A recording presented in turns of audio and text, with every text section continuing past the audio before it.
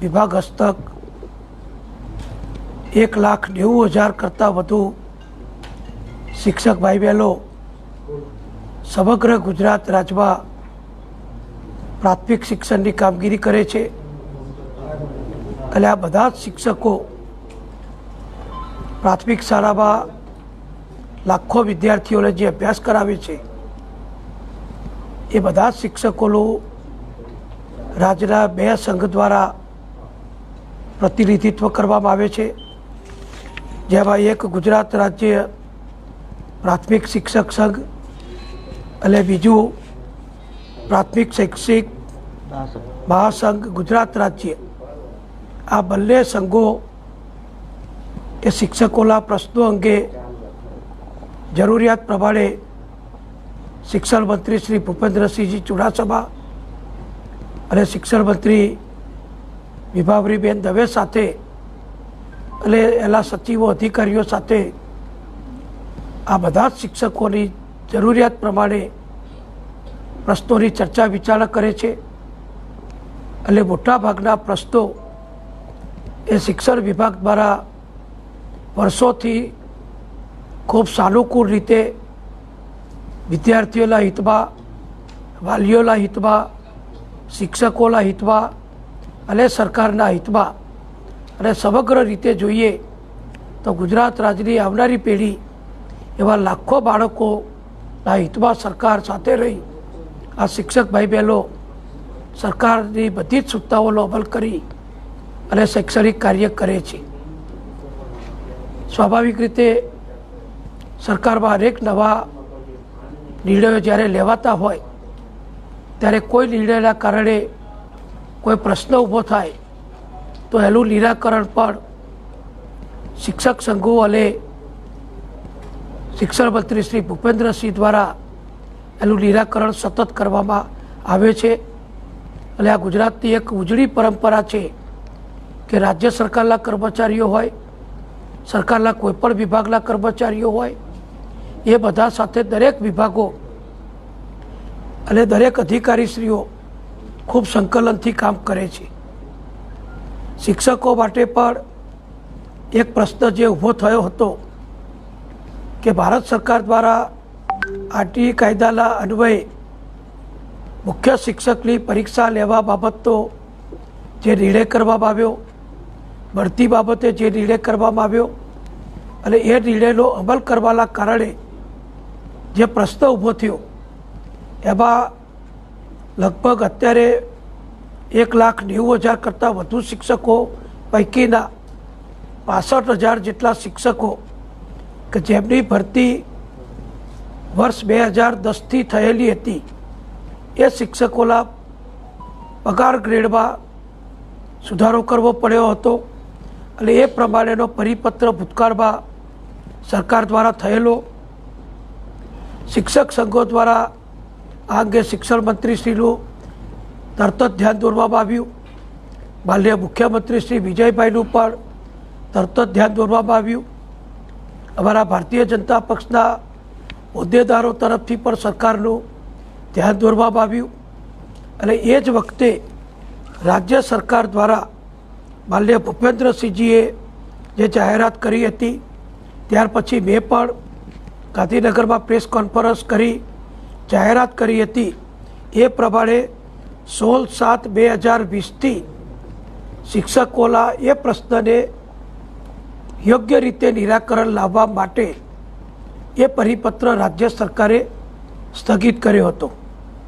આપણે બધા જાણીએ છીએ કે ત્યાર પછીની જે પરિસ્થિતિ રાજ્યમાં કોરોનાની મહામારીના વિપરીત સંજોગોમાં રાજ્ય સરકારનું સમગ્ર વહીવટી તંત્ર, માનનીય મુખ્યમંત્રીશ્રી, માનનીય શિક્ષણ મંત્રીશ્રી અને બધા જ શિક્ષકો જુદા જુદા પ્રકારની સેવા માટે જ્યારે ઉપલબ્ધ કરવામાં આવ્યા ત્યારે સ્વાભાવિક આ પ્રશ્ન હાથ ઉપર લેવામાં નહોતો આવ્યો.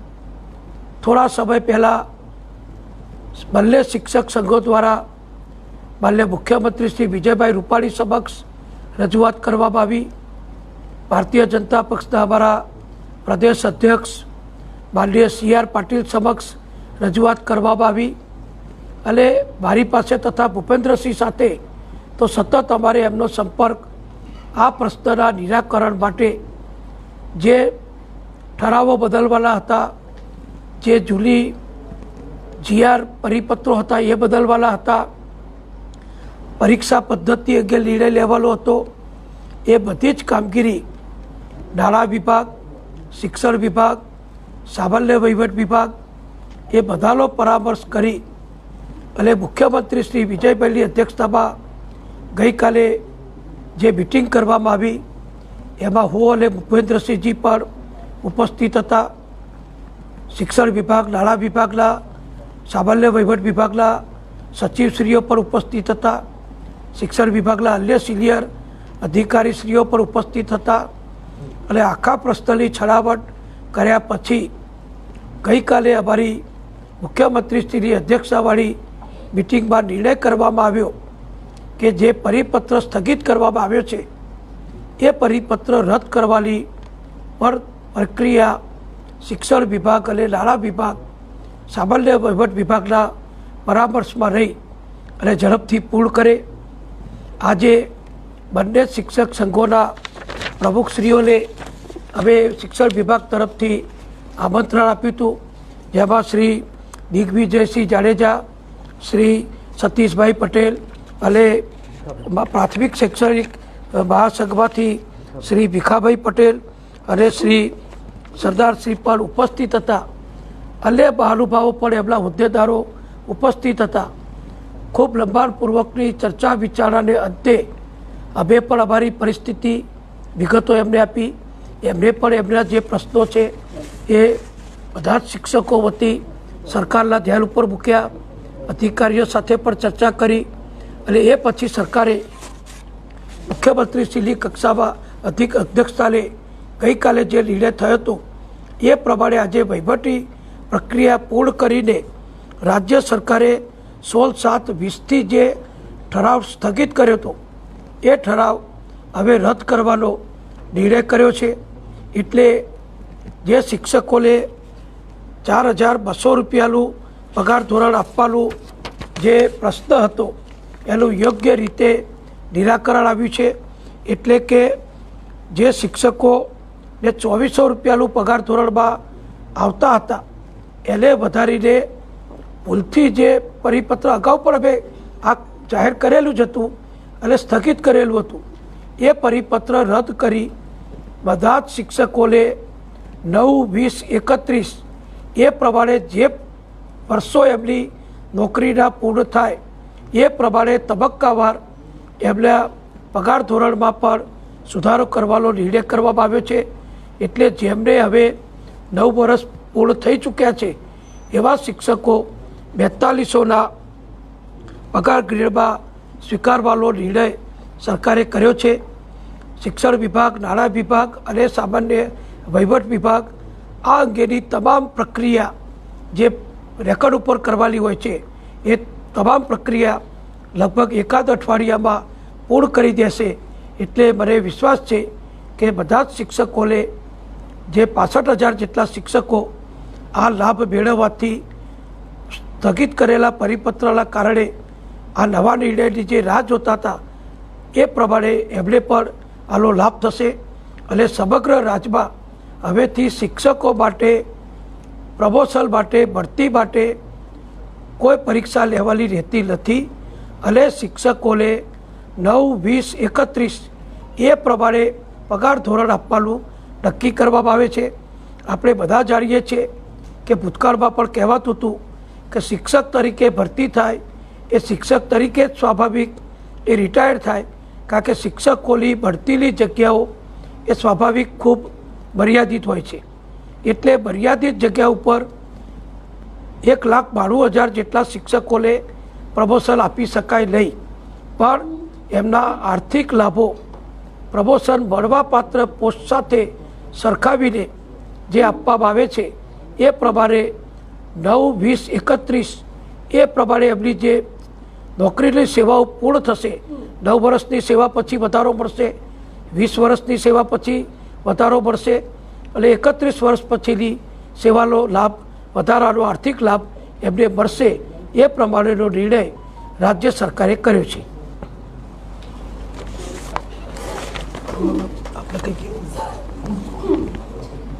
બરાબર ભાઈ, કોઈ કઈ ચાલો.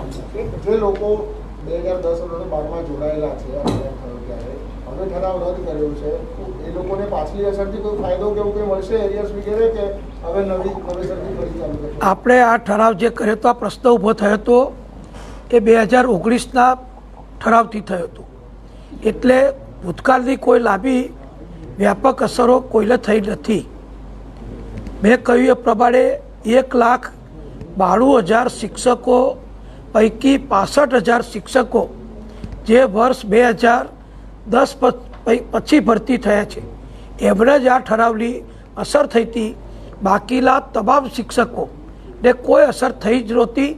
એમના પગાર ધોરણ એ સુધરેલા જ હતા, વધારાનો લાભ આર્થિક રીતે એમને મળતો હતો. પણ આ 65,000 શિક્ષકોને હાલે જે અસર થઈ હતી એ 1 વર્ષ પૈકી થઈ હતી. એટલે અમે જે હવે ઠરાવ કરશું એ પાછલી અસરથી, એટલે જ્યારે ઠરાવ કર્યો અને જે પગાર ધોરણ 4200ના બદલે 2400 કર્યું એ રદ કરીશું. એટલે એ જ અસરથી 4200 પ્રમાણે લાગુ પડશે. એટલે કોઈને કોઈ આર્થિક નુકસાન થવાનો પ્રશ્ન રહેતો નથી.